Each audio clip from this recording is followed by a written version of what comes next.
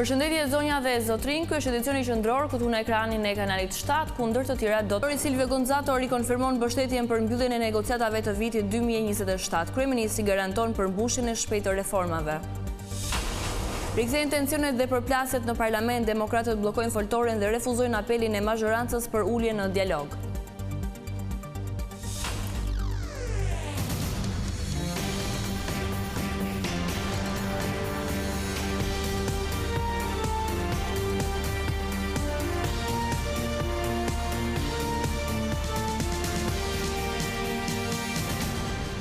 Vijojmë gjërësisht me lajmet.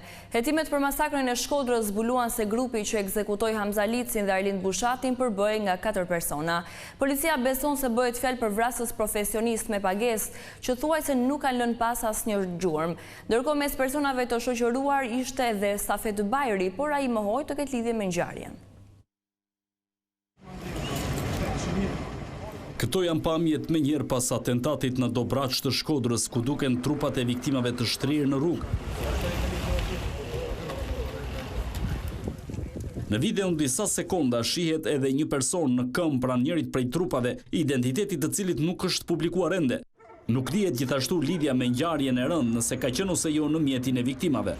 4 autor dyshohet se morën pjesë në atentatin që i mori jetën 23 vjeçarit Hamza Lici dhe 32 vjeçarit Arlind Bushati pas ditën e të mërkurës në Dobraç. Në makinën tip Land Rover që u gjete shkrumbuar në fshatin Golem, vetëm 5 km larg vendit të atentatit, sipas burimeve policore, gjendeshin 3 persona, shoferi dhe 2 qitës që qelluan me breshëri Kallashnikovi. Ndërsa personi 4 ka pritur në zonën ku është djegur automjeti, duke i ndihmuar të largohen. Jo vetëm kaq, por grupi hetimor ka dyshime të forta se autorët janë vrasës me pagesë nga Mali i Zi. Automjeti me të cilin po lëviznin viktimat rezulton të ketë hyrë në vendin tonë gjithashtu nga Mali i Zi, ndërkohë që gjatë kësaj kohe ka bërë lëvizje të shumta në zonën e Dobraçit. Hetuesit kanë sekuestruar më shumë se 35 gëzhoja në vendin e ngjarjes. Makina e djegur autorëve deri tani nuk ka ndihmuar grupin hetimor, pasi numri i shasisë është dëmtuar nga zjarri. Makina e djegur është dërguar për ekspertim. Hetuesit po analizojnë kamerat e sigurisë, por po haset vështirësi, pasi në zonë nuk ka kamera ose edhe ato që janë nuk kanë server për ruajtje pamjesh. Disa prej tyre janë të koduara dhe janë marrë për të zbërthyer në laborator. Në lidhje me këtë masakër ka reaguar edhe ministri i Brendshëm Ervin Hoxha. Dje të gjitha forcat e policisë shtetit kanë shkuar në qytetin e Shkodrës për të bërë të mundur arrestimin dhe ndalimin e autorëve. Ata janë atje për të bërë detyrën e tyre dhe shumë shpejt ne do të kemi një rezultat konkret në lidhje me ngjarjen që ka ndodhur dje. Për ngjarjen e rëndë në komisariatin e Shkodrës u shoqëruan mbi 20 persona, mes tyre dhe Safet Bajri dhe anëtar të tjerë të familjes së tij. Bajri qëndroi rreth 2 orë në polici dhe mësohet se mohoi të ketë lidhje me atentatin, duke deklaruar se ishte në banesë me familjen. Sipas tij, shtëpia është e monitoruar me kamera dhe e vërteton një fakt të tillë. Ndërkohë agentët janë rikthyer këtë të njëjtën në vendin e krimit për të siguruar të tjera prova. Në atentatin mafioz ndaj Hamza Licit dhe Arlind Bushatit humbi jetën edhe një grua e papajshme, 56 vjeçaria Flutura Basha, ndërsa u plagos rënd bashkëshorti 67 vjeçar Bashkim Basha, që vijon të jetë në gjendje kritike për jetën. Deri më tani pista kryesore ku janë përqendruar hetuesit është ajo e hakmarrjes për shkak të konfliktit të gjatë mes familjes Lici dhe Bajri. Besohet se shënjes të sulmit ishte Hamza Lici, por pak javë më parë edhe Arlind Bushati i shpëtoi një atentati në qendër të qytetit ku 2 persona të maskuar dhe me motociklet i drejtuan armën babait të 2 fëmijëve, ndërsa ai ndodhej në një lokal. Masakra e Shkodrës për liderin e opozitës Sali Berisha ishte paralajmëruar dhe policia nuk bëri asgjë për ta parandaluar. Kreu i Partisë Demokratike drejtoi gishtin akuzës nga Edi Rama. Berisha tha se kryeministri do kandidojë në Shkodër në zgjedhjet e ardhshme, pasi sipas tij ka garancinë e bandës së Bajrave. Partia Demokratike do të protestojë mes ditën e së shtunës në qytetin e Shkodrës në shenjë revolte pas ngjarjes së rëndë ku mbetën të vrarë 3 qytetarë. Kryetari PD Sali Berisha gjatë një konferencë me gazetarët ftoi qytetarët e Shkodrës t'i bashkohen marshimit të opozitës kundër krimit. Të shtunën në ora 12 në Shkodër solidaritet me qytetarët e këtij vendi, si dëshmi që s'do pranojmë kurrë që krimi të mposhtë Shkodër dhe shkodrant. Sipas Berishës, masakra në Shkodër ishte paralajmëruar pasi policia nuk ishte vepruar në disa raste. Masakra e djeshme është vazhdim i një seri aktesh terroriste të ndodhura muajt e fundit në Shkodër, të fshehura nga policia e Shkodrës. Lideri i opozitës Berisha artikuloi akuzat e ndaj kryeministrit Edi Rama për lidhje me bandat në këtë qytet. E vërteta është se banda e Edi Ramës në Shkodër, bajrit famos dhe degët e tyre, se nuk janë vetëm, tani përcakton vendimarrjet në Tiranë dhe në Shkodër për këtë qytet të bekur.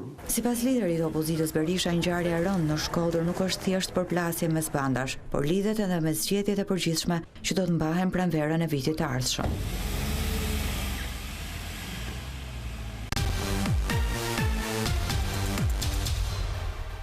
Ambasadori Silvio Gonzato i dorëzoi këtë të enjte kryeministrit Rama progres raportin e Komisionit Evropian për Shqipërinë. Ai vlerësoi ambicien për të finalizuar negociatat e antarësimit në vitin 2027, ndërsa kryeministri Rama vuri në dukje angazhimin e qeverisë në përmbushjen e shpejtë të reformave. Progresi raporti i Bashkimit Evropian mbi ecurinë e reformave të ndërmarra nga Shqipëria si kriter për rrugën e integrimit për kryeministrin Edi Rama është më i miri që Shqipëria ka patur ndonjëherë. Gjatë konferencës së përbashkët për shtyp me kryeministrin Rama, ambasadori i BE Silvio Gonzato u shpreh vlerësues ndaj Shqipërisë dhe veçanërisht ndaj punës së SPAK në luftën kundër krimit dhe korrupsionit. Raporti i këtij viti del në kontekst të favorshëm sepse çelen negociatat për grup kapitujt themelor. Unë nuk do të lodhem kurrë duke thënë se ky është moment kyç. Komisioni Evropian votoi dje atë që do ju çelë rrugën për më afër BE. Në paketën e zgjerimit vërehet ecuria e Shqipërisë. Vendi ruan bilancin e harmonizimit në politikën e jashtme të Bashkimit Evropian. Komisioni sheh një mundësi për të përshpejtuar procesin për në BE. Ashtu siç komunikata tha, Komisioni mbështet kapitullin e 6 drejt fundit të këtij viti me marrëdhëniet me jashtë, por edhe për t'i përmbyllur të gjitha deri në 2027. Këto mund të bëhen realitet nëse vazhdoni të punoni kështu, me luftën kundër korrupsionit, reformat, lirinë e medias, pronat. Shumica e shqiptarëve duan që Shqipëria të futet në BE dhe ne nuk duam t'i zgënjejmë. Shefi i majorancës beson se raporti është dokumenti më real dhe i bazuar në fakte për progresin e vendit dhe afrimin në BE. Raporti i progresit në këndvështrimin tim është dokumenti më i plot, më i detajuar dhe më i besueshëm ndërkombëtar që Shqipëria merr dhe mbi të cilin ne referohemi fjali për fjali në kuptimin e plot fjalës, sepse është i vetmi raport ndërkombëtar që bazohet vetëm në fakte, jo në perceptime, dhe më vjen shumë mirë që ne sot marrim një raport shumë pozitiv, raporti më pozitiv i të gjithë këtyre viteve dhe normalisht i tillë, sepse e tillë është dhe ecuria e vendit dhe konferenca e dytë ndërqeveritare afirmoi faktikisht njohjen nga të gjitha institucionet dhe vendet e Bashkimit Evropian. Kreu i qeverisë tha se Shqipëria do të vijojë të punojë për përmirësimin e fushave të tjera për të parafruar afatet e procesit të antarësimit në BE, ndërsa sqaroi se opozita e ka derën e hapur për diskutim. Deri ditën kur të paktën unë do të jem në të detyrë, asnjëherë nuk do jetë problem qeveria dhe shumica për të ulur në tryezë dhe për të diskutuar. Po për të diskutuar dhe diskutimet bëhen përmes gjuhës, jo përmes krahëve, këmbëve, gjokseve dhe muskujve. Në të njëjtin mendim ishte edhe ambasadori Gonzato. Shpresoj se do të gjendet një rrugë për ta riangazhuar opozitën. Kjo kërkon edhe gatishmëri edhe angazhim nga të dyja palët, jo vetëm nga ana e qeverisë. Pavarësisht se në progres raport thuhet se komisioni është i gatshëm të mbështesë objektivin ambicioz për të mbyllur negociatat deri në fund të 2027-s, kryeministri Rama pranoi se po punohet pasi ka ende pika për të mbushur. Ne jemi në zonës ambicioze. Edhe këtë të enjtë demokratët e bën të pamundur zhvillimin e një seance normale në parlament. Ata protestuan brenda dhe jashtë sallës duke refuzuar edhe thirrjen për dialog të kryetares së kuvendit. Opozita shfrytzoi vizitën e ambasadorit Bashkimit Evropian Silvio Gonzato në sallën e seancave plenare për t'i treguar përfaqësuesit Brukselit zyrtar, gardet metalike, forcat e Gardës së Republikës, të cilët në çdo seancë rrethojnë parlamentin në përpjekje për të mos lejuar deputetët e përjashtuar të marrin pjesë në kuvend.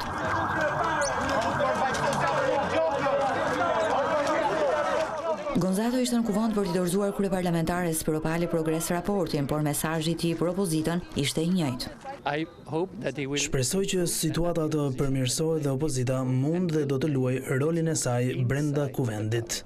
Ndërkaq opozita edhe sot e bëri qartë se aksioni mosbindje civile do të vazhdojë. Deputetët demokratë që nuk janë të përjashtuar bllokuan foltoren e kuvendit, e nxorën jashtë karriget e tyre. Në shenjë proteste kundër mazhorancës u ulën në oborin e parlamentit.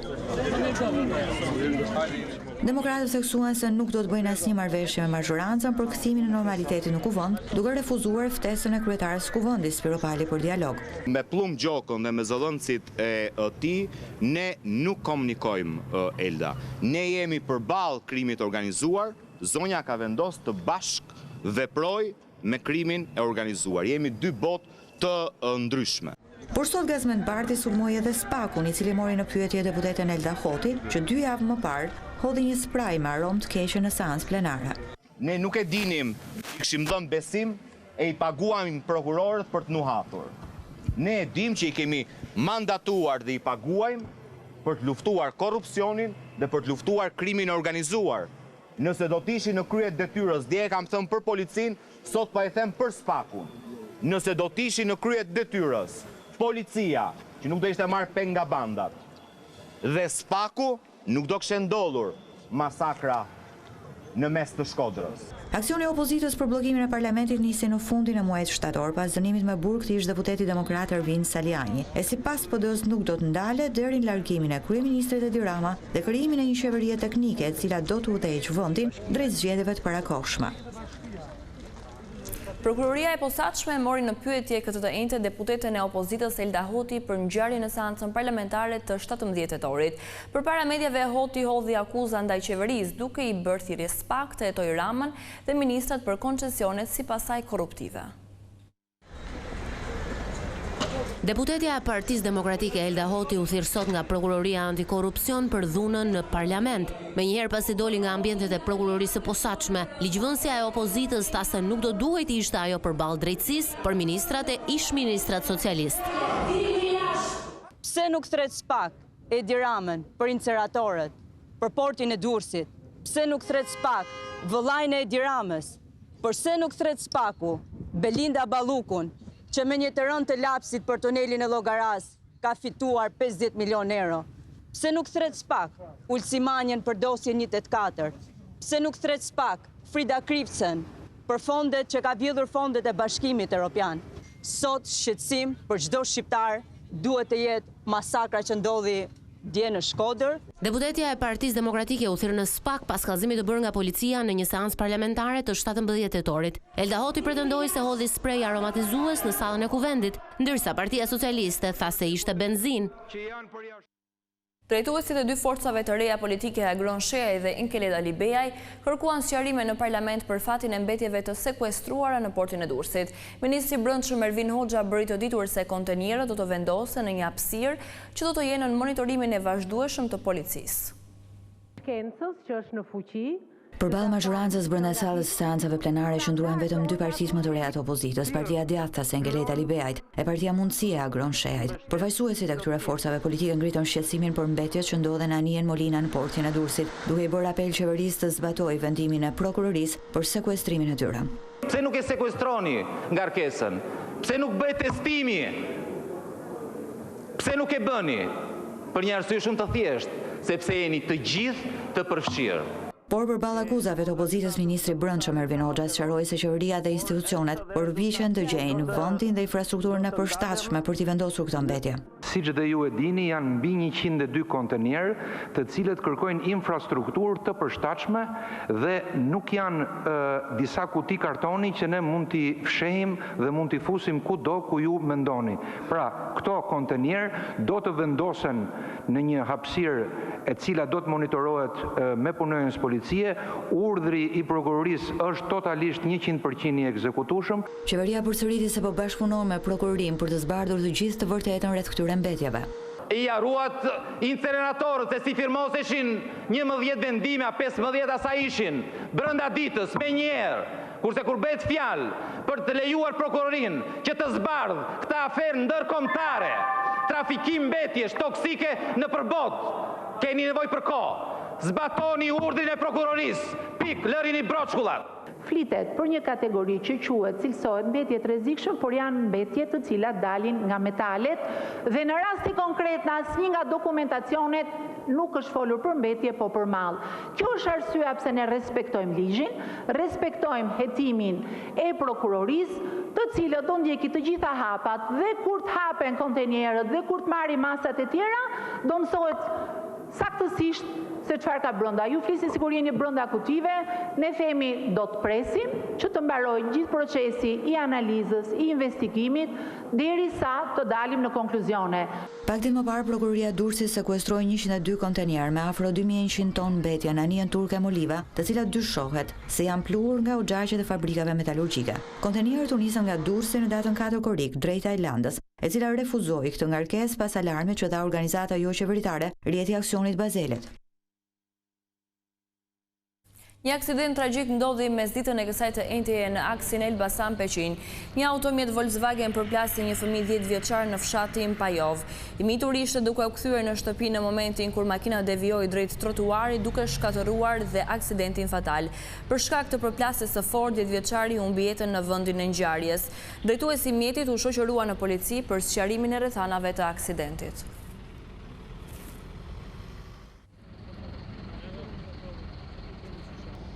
Biznesi grek synon të rrisë praninë e tij në Shqipëri përmes investimeve direkte. Në një takim të zhvilluar në Tiranë, zëvendës ministri i jashtëm grek vuri në duke se fushat me interes janë energjia, ndërtimi dhe sektori minerar.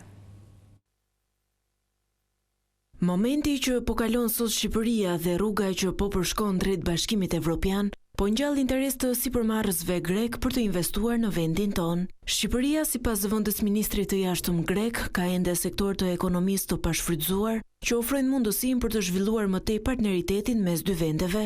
Ne kemi vënë re një përmirësim të marrëdhënieve tregëtare, por duhet të forcojmë më tej marrëdhëniet tona. Duhet të bashkëpunojmë më shumë në sektorin energjetik, në ndërtim, minerale. Në sektorin e energjisë në këtë mjedis të pasigur gjeopolitik kërkohet forcimi i bashkëpunimit për të pasur siguri. Duhet të kalojmë në një sistem energjetik të qëndrueshëm. Ne kemi shumë burime për gaz natyror, për energjinë e gjelbër dhe mund të bashkëpunojmë që edhe vendi juaj të kalojë në energji të gjelbër. Për Shqipërinë, Greqia shërben si shembull që duhet ndjekur për të përmbushur objektivin e saj të antarësimit në BE.